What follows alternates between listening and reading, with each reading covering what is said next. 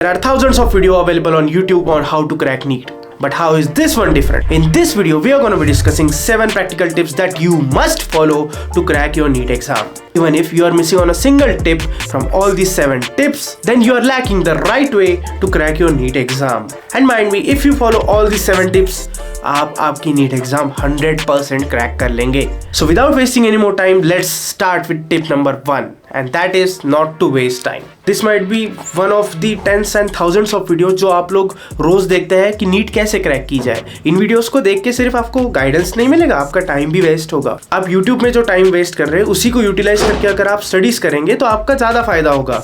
NEET exam crack करने के लिए एक एक सेकंड, एक एक मिनट, एक एक दिन बहुत ज्यादा इंपॉर्टेंट है. With the time being limited to 2 years for freshers and 1 year or a half year for a dropper or the person who is in class 11th or 12th, this time is the most important currency that you have right now.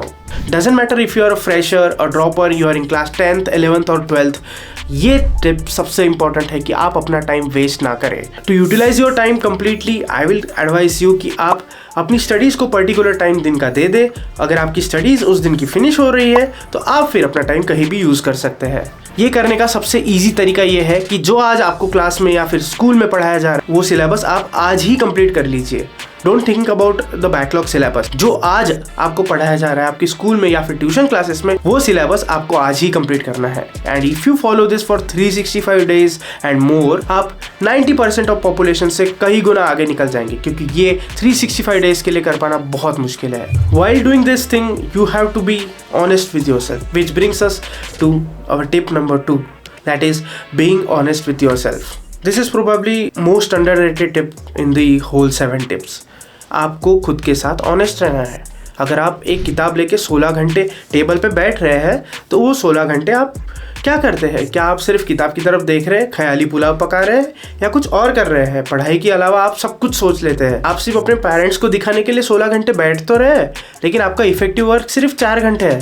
Be honest with yourself. अगर आप दिन के 4 घंटे भी पढ़ते हैं तो आप वो ऑनेस्टली पढ़िए. सिर्फ पढ़ाई कीजिए उस टाइम में. अगर आपका स्कोर 720 में से 300 आ रहा है और आप अपने घर में बता रहे हैं कि मेरा स्कोर 700 आ रहा है, और फिर एग्जाम में आपका स्कोर जब 300 आएगा तब आप सिर्फ ट्यूशन क्लासेस को ब्लेम करेंगे कि इनकी टेस्ट में तो अच्छे मार्क्स आते थे और अब कैसे कम हो गए. रियल एग्जाम में आपके मार्क्स कम आए हैं. Be honest with yourself. झूठ बोल के किसी का फायदा नहीं होने वाला, बस आपका नुकसान होने वाला है. There are many sacrifices involved in cracking the NEET exam, which brings us to tip number 3, sacrifice.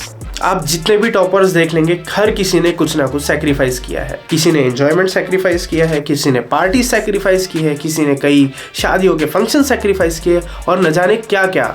I myself haven't attended a single function in class 11th and 12th because मैंने मेरी प्रिपरेशन बहुत let start की थी और मेरे लिए वो 1.5 साल का टाइम बहुत ज़्यादा इंपॉर्टेंट था. I sacrificed temporary fun, excitement and few minutes of pleasure for my NEET rank. I scored an All India rank of 1070 way back in 2019 and got my dream college, that is AIIMS Nagpur. इस college में आने के बाद आपको पता चलता है कि आपका सैक्रिफाइस बिल्कुल वर्थ इट था.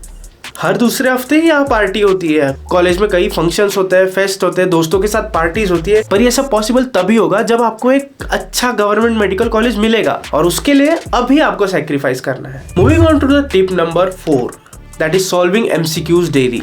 नियरली सबको बायोलॉजी लाइन बाय लाइन याद होती है, पर जब MCQ सॉल्व करने की बारी आती है तब उनका स्कोर बहुत कम आता है. 360 में से सिर्फ 300, 280, 270, 260 ऐसा आता है. अगर आपको लाइन बाय लाइन NCERT याद है तो आपको 360 में से एटलीस्ट 340, 350 तो आने ही चाहिए. दिस इज ओनली बिकॉज आप MCQ सॉल्विंग प्रैक्टिस में लैग करते हैं. The simplest way to eliminate this problem is to solve 50 MCQs per subject daily. आप कहेंगे कि 50 MCQs बहुत कम है. 50 से एटलीस्ट स्टार्ट तो कीजिए. 50 of physics, 50 of chemistry and 50 of biology. ये MCQs आप सुबह सुबह सॉल्व कर लीजिए ताकि दिन भर में आपको MCQ सॉल्व करने की टेंशन ना रहे.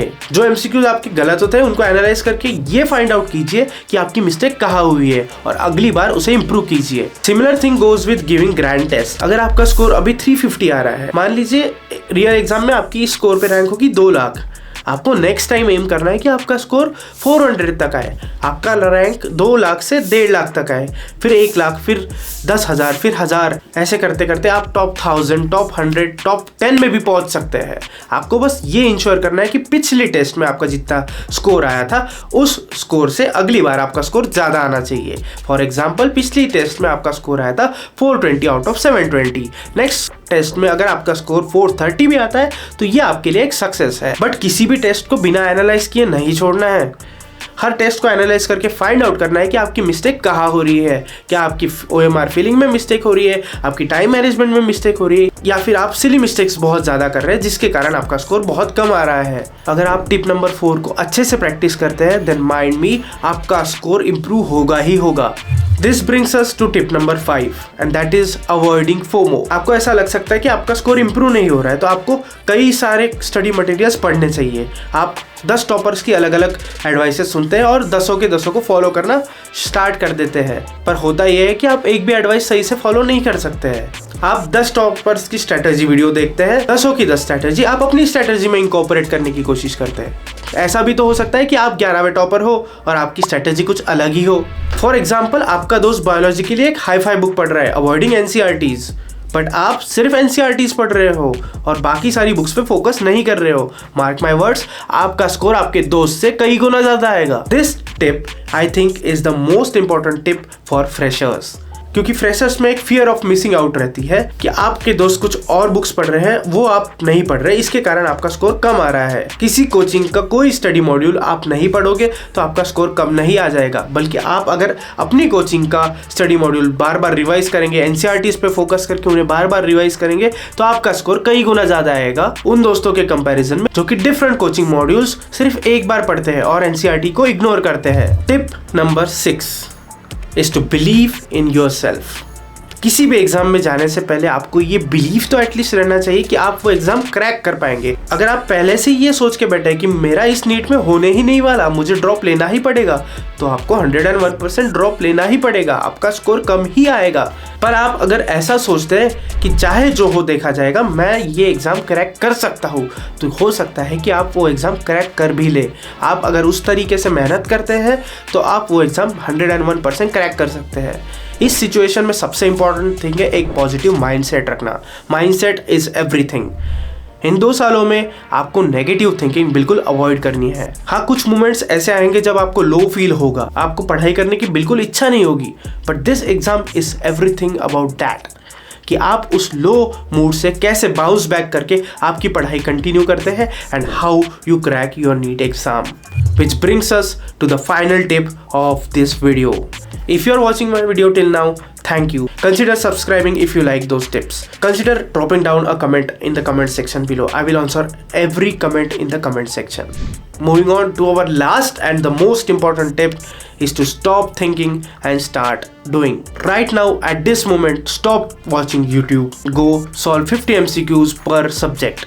And come back and drop a comment down in the comment section that you have solved 50 MCQs per subject. चाहे आप कितना भी पॉजिटिव माइंडसेट रख ले, कितना भी सोच ले कि मुझे 720 आउट ऑफ 720 मिल जाएंगे, जब तक आप उस चीज पे काम नहीं करेंगे, mark my words, you will not even get 400.